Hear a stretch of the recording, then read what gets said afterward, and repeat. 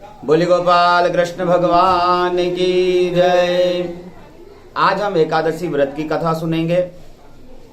आषाढ़ मास कृष्ण पक्ष अपरा या अचला एकादशी की कथा को श्रवण करेंगे। पांडवों के जो ज्येष्ठ भ्राता हैं धर्मराज युधिष्ठिर, वह एकादशी की महात्म्य की कथा भगवान वासुदेव श्री कृष्ण से पूछते हैं और भगवान उन्हें हर एकादशी की व्रत की कथा का महात्म्य बताते हैं। तो जो भगवान कहते हैं कि जो ज्येष्ठ मास है, जो कृष्ण पक्ष है, जो एकादशी है, इसका नाम अपरा या अचला एकादशी है। इसका जैसा नाम है वैसा ही काम है। यह एकादशी हमसे जो पाप हो जाते हैं, अपराध ऐसे पाप जिनका नष्ट होना बहुत मुश्किल रहता है, पीढ़ियां लग जाती हैं। हरिहर निंदा सुनहि जो काना, हो यही पाप गोघात समाना। अर्थात जो भगवान शिव की निंदा सुनता हो, हरिहर जो भगवान राम कृष्ण गुरु की निंदा सुनता हो, जो माता पिता गुरु की निंदा सुनता हो या करता हो, तो उन्हें गो हत्या के समान पाप लगता है और यह पाप कभी नष्ट नहीं होता। 7 पीढ़ियों तक यह पाप कभी नष्ट नहीं होता।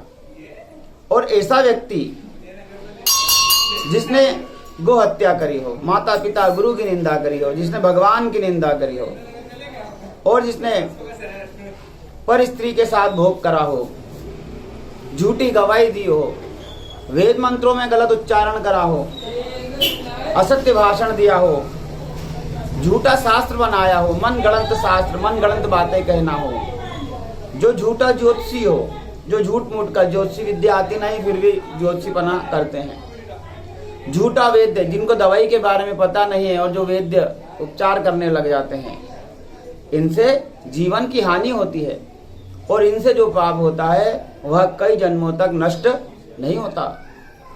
अगर ऐसा व्यक्ति अपनी गलती का एहसास करता है, प्रायश्चित करते हुए दोबारा गलती न करने का संकल्प लेता हुआ एकादशी का व्रत करता है, अर्थात अपरा एकादशी का व्रत करता है, तो उसके यह पाप नष्ट हो जाते हैं प्रायश्चित के साथ में। इसलिए आज की जो एकादशी है, अपरा एकादशी, अचला एकादशी है, यह अपार दुखों के सागर को भस्म करने वाली है, नष्ट करने वाली है, अपार दुखों के सागर से पार करने वाली है। और इसका नाम एक अचला भी है।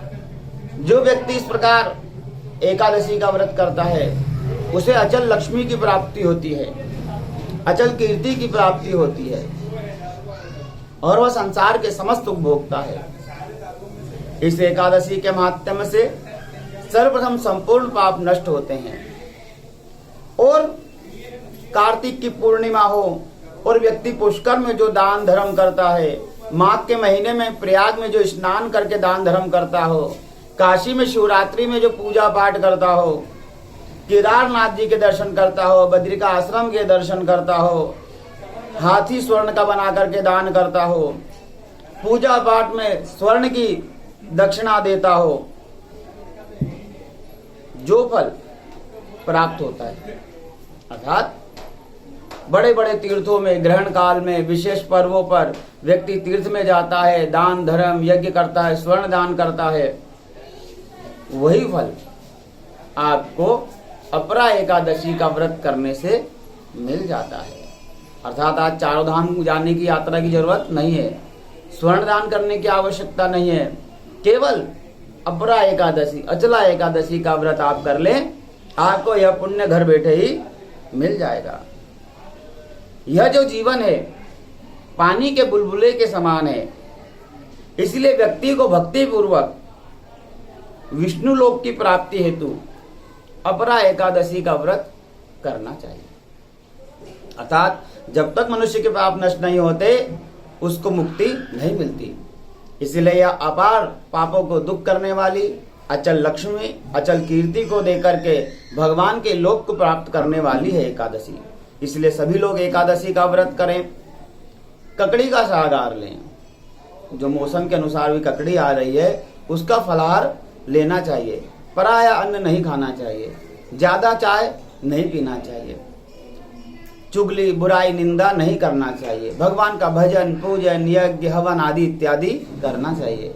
एकादशी के दिन चावल ग्रहण नहीं करना चाहिए, अन्न कोई सा ग्रहण नहीं करना चाहिए, तुलसी दल नहीं ग्रहण करना चाहिए, नहीं तो व्रत का पारणा हो जाता है। पान लौंग नहीं खाना चाहिए, नहीं तो व्रत का पारणा हो जाता है। जो प्राय नियम है उनका पालन करें और एकादशी व्रत करने के बाद द्वादशी के दिन पारणा का समय देखें, भगवान का पूजन कर सीधा दान करें, अन्न दान करके फिर व्रत का पारणा तुलसी दल ग्रहण करके भगवान को भोग लगाकर फिर तुलसी दल ग्रहण करना चाहिए। भगवान की यह एकादशी आप सभी की मनोकामनाओं को पूर्ण करने वाली हो। इसी शुभकामनाओं के साथ आपको प्रणाम। चैनल को लाइक कमेंट शेयर अवश्य करें। जय श्री कृष्ण।